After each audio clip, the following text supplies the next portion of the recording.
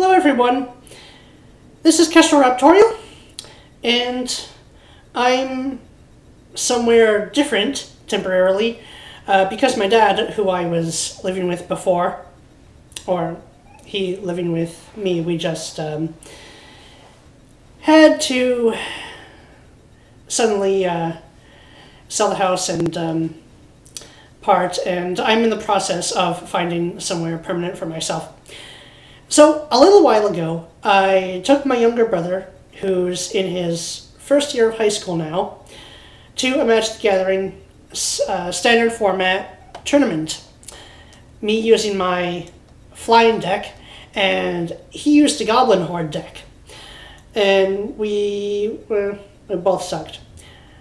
He actually did a little better than me. The problem I found out with my deck is that it was full of flying creatures, but very low attack and no cards to increase their power. So even though I would find myself lowering my opponent's life by half or a bit more, they were able to do more damage to me in the end than I could do to them. So I've got to rework my Aerial Predators deck. Now, my youngest two siblings, of the four that I have, all younger than me, youngest two are actually half-siblings. And, well, that story is long and upsetting. I guess more painful than upsetting. Long and difficult story. The kids themselves and I are best friends. The parents involved not so much.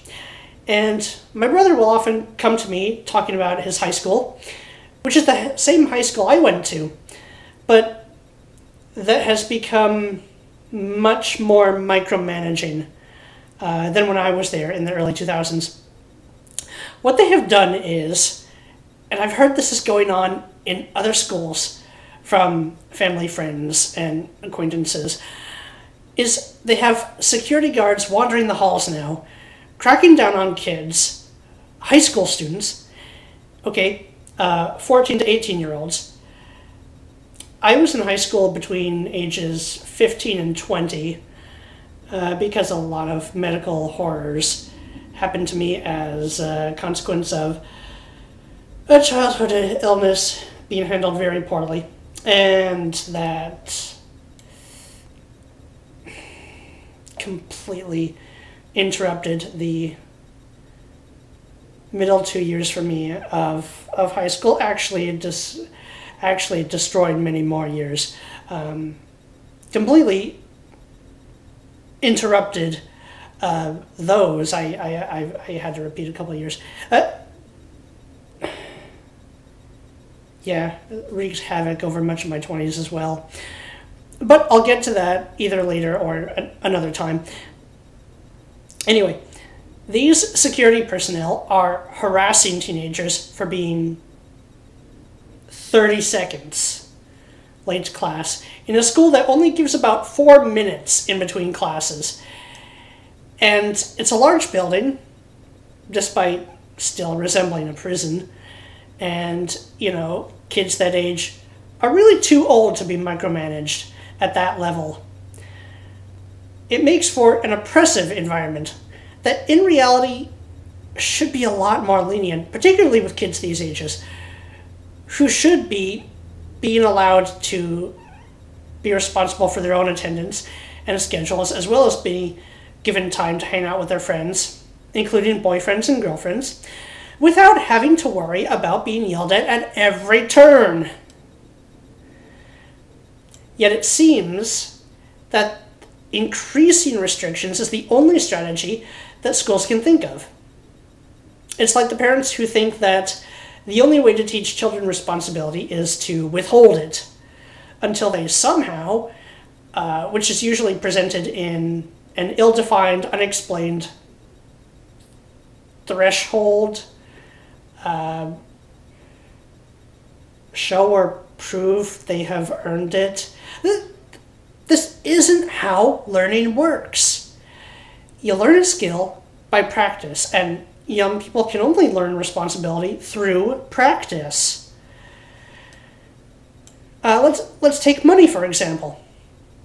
When a person gets a job, or before that, an allowance, mostly I'll use jobs as an example, but works for both, or by doing various tasks for a little extra spending money, they acquire money, but when they're young, often blow it away on things like movies, toys, music, concerts, otaku conventions, and whatever else you want to add to that list.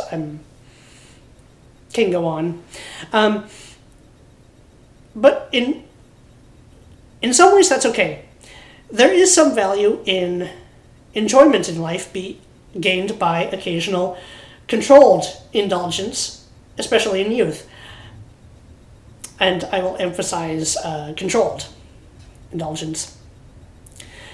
Now, what do I mean by this? Well, one piece of advice for raising children that I used to read in a little book my dad kept, it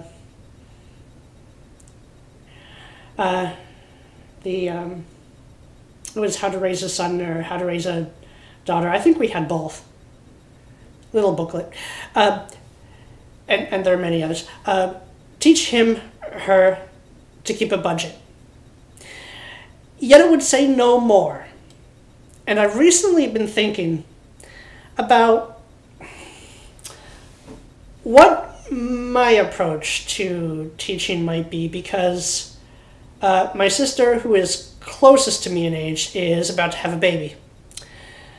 And I might enjoy being a parent one day too.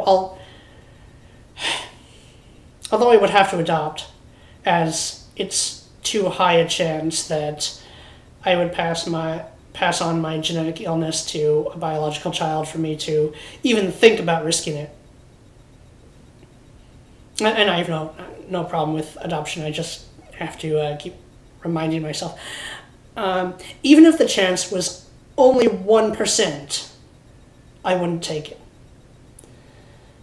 I'm sorry for going off on tangents all over the place, but I do want to somewhat explain my thought process and reasonings.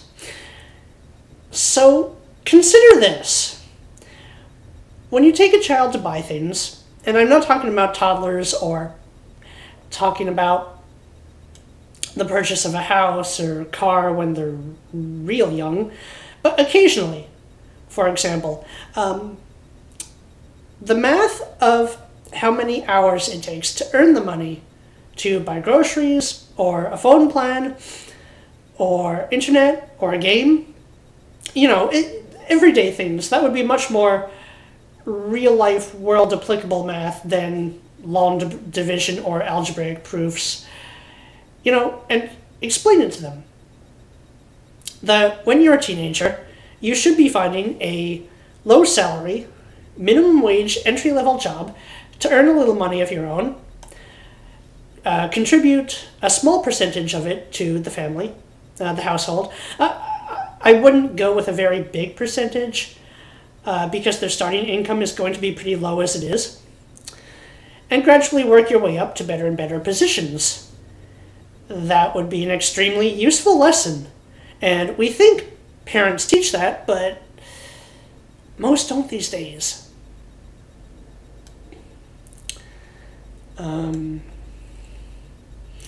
Schools completely fail at it. I've been told there are a couple around that have a money management class or an economics class, but these are usually one-semester classes.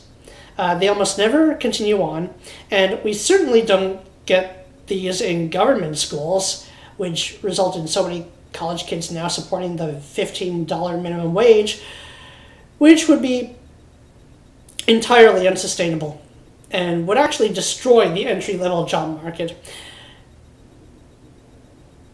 For the reason that,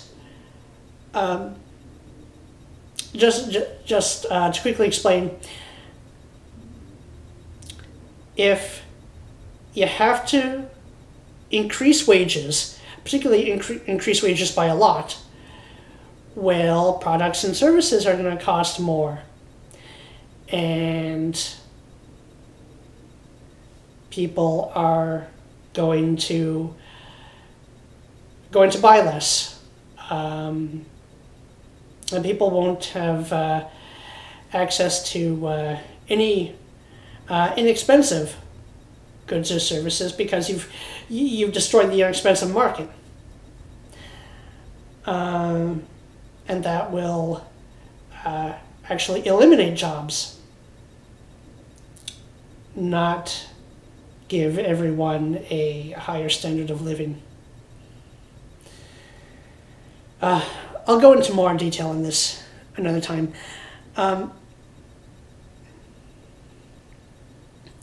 Gradually introducing skills,